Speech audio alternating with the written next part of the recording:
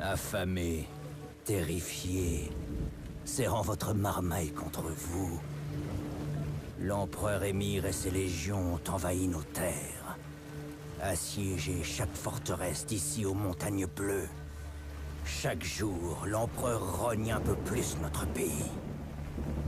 Fils du Nord, vous êtes au bord du gouffre.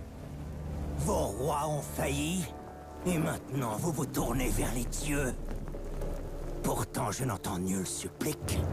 Je ne vois personne à genoux se couvrir la tête de cendre. Au lieu de ça, vous gémissez. Pourquoi les dieux nous ont-ils abandonnés? La réponse se trouve dans nos échecs passés. Jadis, notre monde se mêla à un autre, lors d'un cataclysme que les érudits appellent la conjonction des sphères. Les dieux permirent à des forces impies de se déverser dans notre monde. Le résultat de ce cataclysme fut cette force abjecte appelée magie. Et au lieu de la bannir, nous avons étudié cette arcane maudite pour en tirer profit et richesse. Quant aux monstres à notre porte, les vils vestiges de la conjonction, les trolls, les nécrophages, les loups-garous, avons-nous tiré l'épée à leur encontre?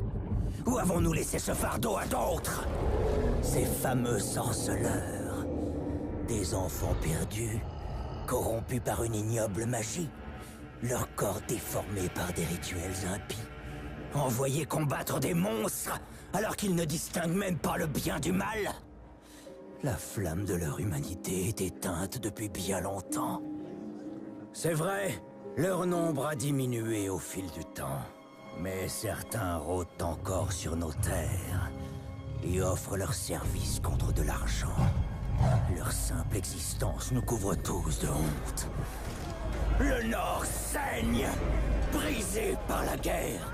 Les combats sont le souhait des dieux, leur châtiment pour nos péchés. Et n'oublions pas la terreur, le fléau d'outre-monde. La chasse sauvage traverse le ciel à chaque pleine lune. Ces cavaliers enlèvent nos enfants vers des terres inconnues.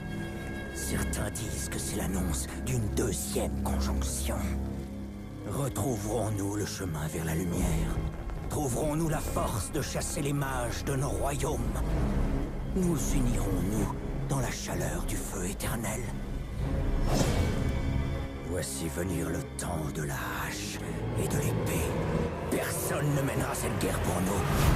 Voici venir le temps de la folie et du mépris.